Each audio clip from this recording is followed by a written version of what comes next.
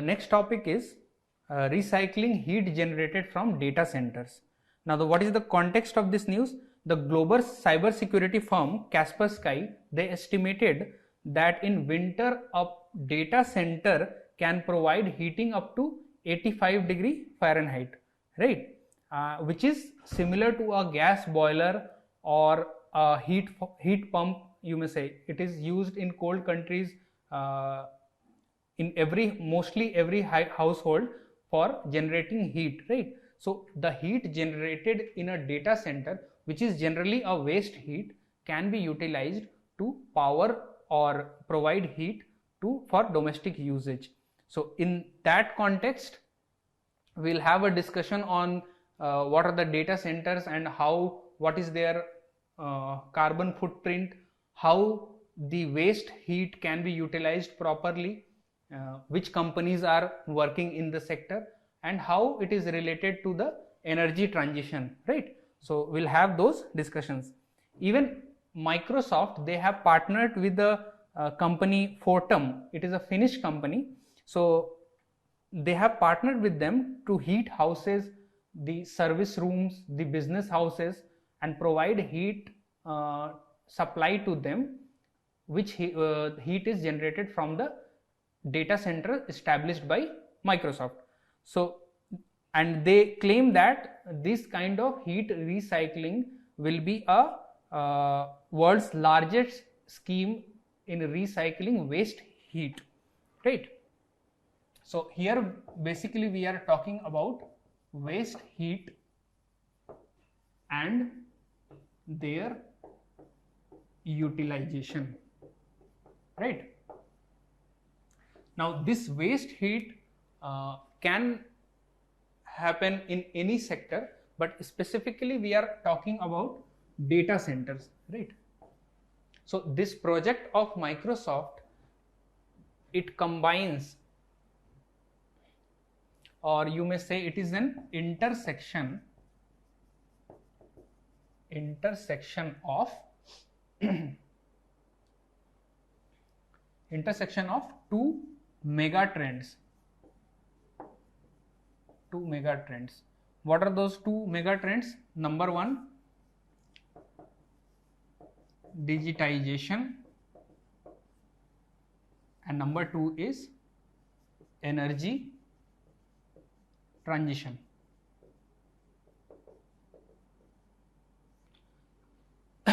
Look at this in this way. See, we are seeing digitization at a large scale currently, right? For each of digital initiatives which is happening, it is backed by a computer system, right? A network, or which is called as data center. So for every scheme what we are launching, or the digital penetration what is happening in the rural areas, all of this is backed by data centers. So the moment we try to increase the digital footprint or digital penetration, at the same time the number of data centers will be also increasing.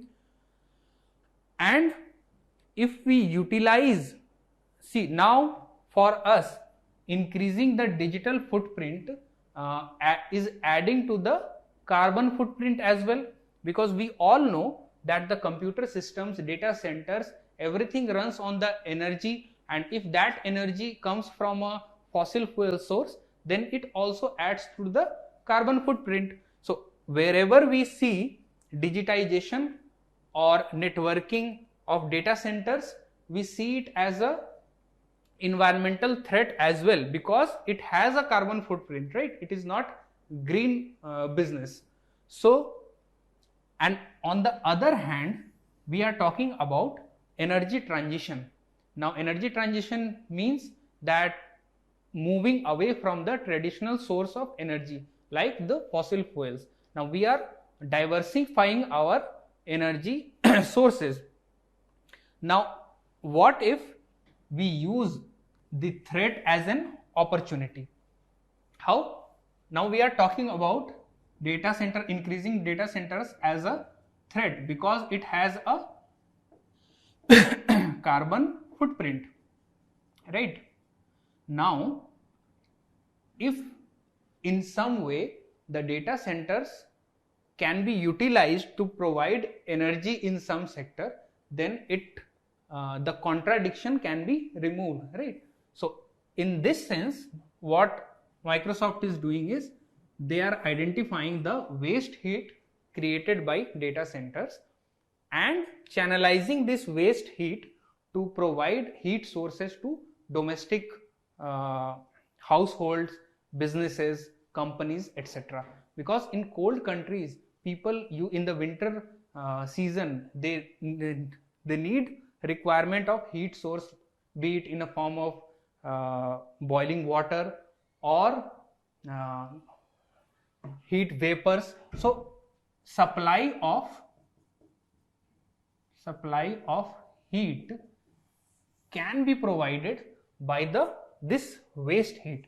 So if this can be done, now the digitization or the data centers will be seen as an opportunity, right?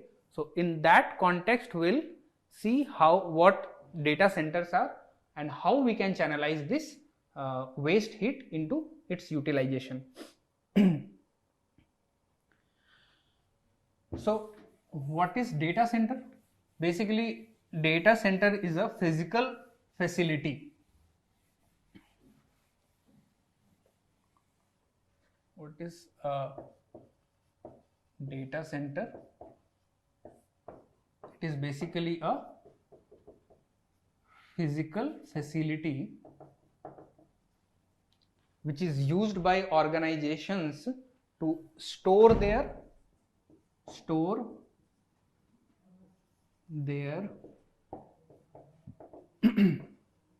critical applications,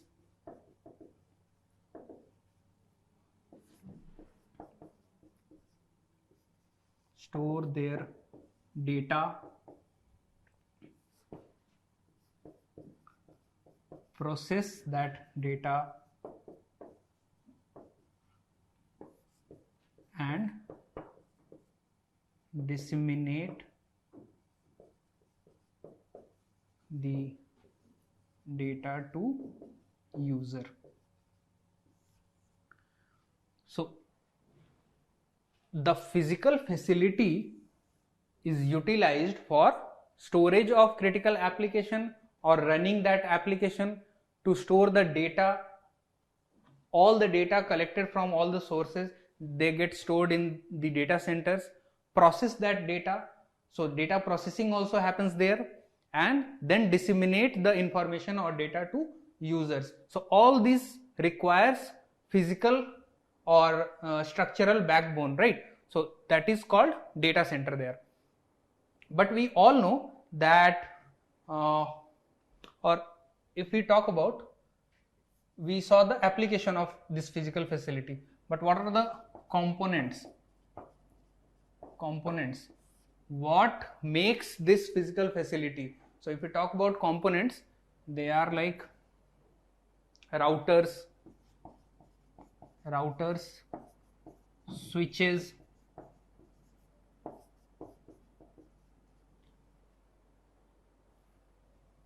firewall, databases for storage,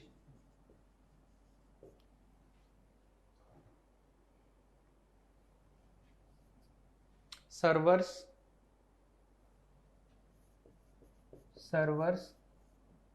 and controllers. These controllers are used for application delivery. So these are the components which makes this physical facility, which is called as data center. But to run this physical facility and have the operations of these kind of operations, it requires huge amount of energy, right? So this physical facility requires energy. Now if that energy comes from a fossil fuel, then the entire system has a carbon footprint there, and to manage this large amount of energy, and while utilizing that energy also heat will also generate. To manage that heat we require infrastructure in the sense we are talking about cooling infrastructure, right? Because the heat generated in the operations need to be managed properly. So for the energy efficiency and utilization of the cooling system we require infrastructure. So if we talk about this in the operation in data centers, how much exactly heat is produced? So the researchers say that the heat generated in the data center ranges around 85 degree to 115 degree Fahrenheit, right? So this amount of heat is continuously generated by the data centers, and the researchers also say that the 75%, now the 75% heat generated is a waste heat, it is not utilized. So there is a large scope of utilization of this heat, and how that can be done we'll see further.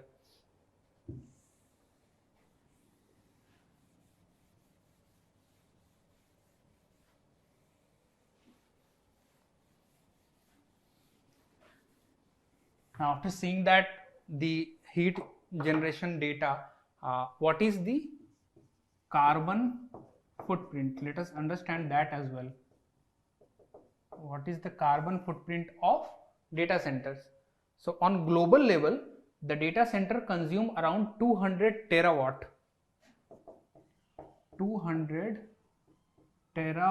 of energy, which is somewhere around 1%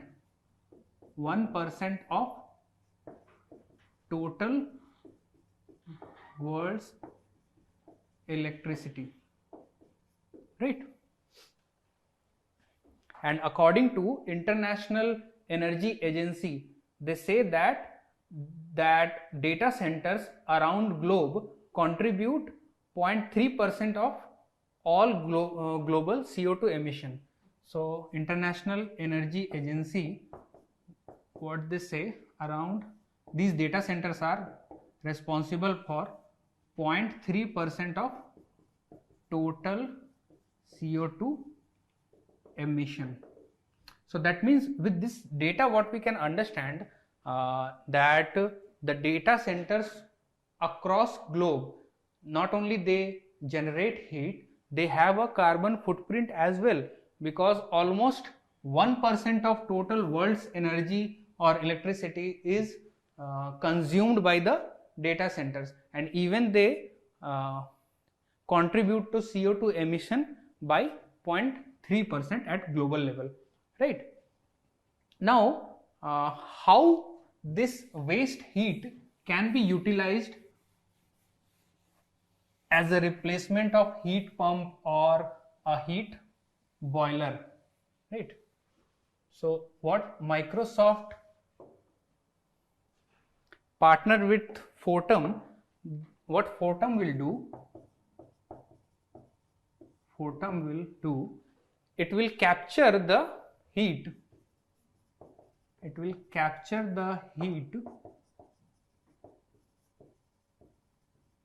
generated by data center, and it will send it to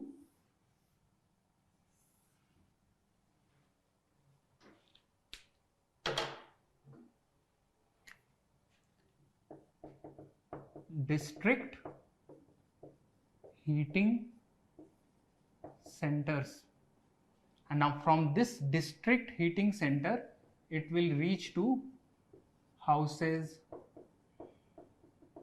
businesses or other service providers, right? So first step is the capture of the heat that is generated by the data center, then channelizing it to district heating centers. Now what is district heating centers? Especially in Nordic countries or where cold climate is there. So in those countries there is a centralized heating system present, and that heating system in each district, they cater to the supply of heat in each and every houses. So for example, if you compare the municipal corporation in our country, they are responsible for providing water to each and every household, right? So in that sense, since heat is very much required in those cold countries, there exists a district heating center and they are responsible for providing heat supply to each and every household. So what they are doing, they are collaborating with these district heating centers to provide heat supply to houses, businesses and other service providers, right?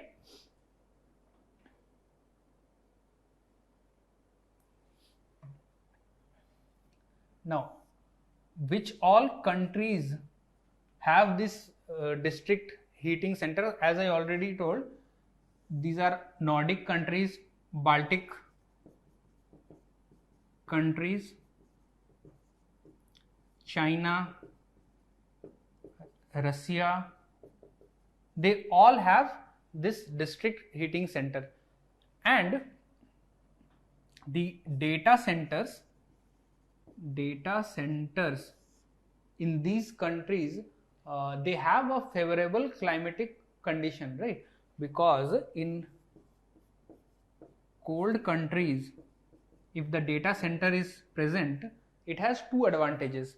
Number one, since the environment is cold, they do not have to install a cooling system in their data center to cool down the heat generated by the center, right? So in that sense, they are naturally in a beneficial position to establish the data center in a cold country.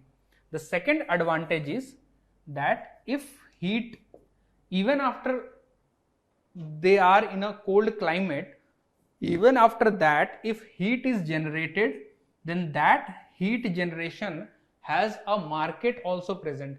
Because if that heat is generated in, say suppose in a hot country, nobody will bother to buy that heat, right? Because they are already in hot climate.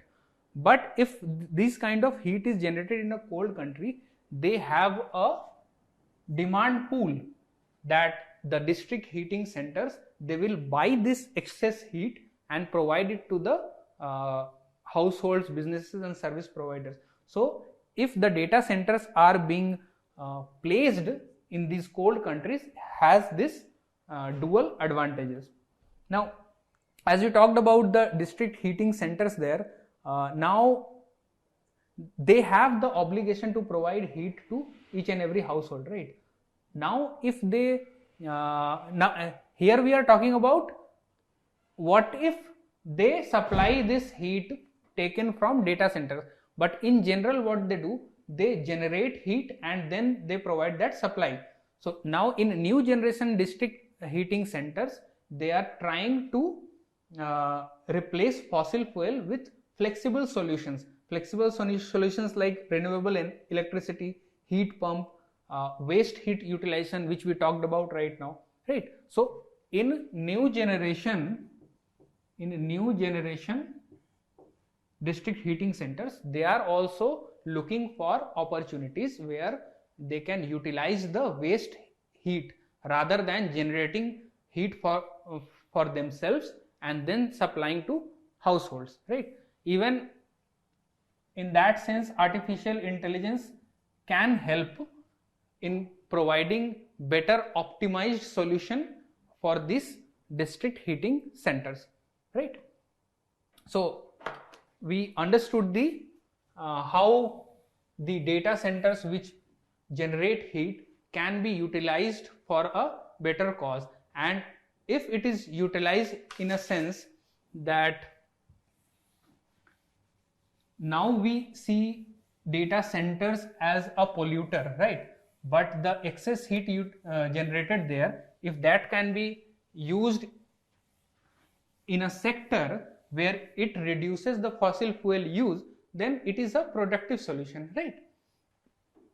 So it is a synergic match, synergic match of tremendous IT equipments which is increasing day by day. Then when IT infrastructure is increasing, number of data centers are increasing, and we know when data centers are run for a longer period of time, it generates heat, right? And now there are demand to utilize that excess heat. So these three R's are a synergic match, and if properly implemented, someday the energy industry will stop looking at the data center industry as an energy hog, right? But they instead recruit them to provide heat supply to them. So it will be a win-win situation for both, right?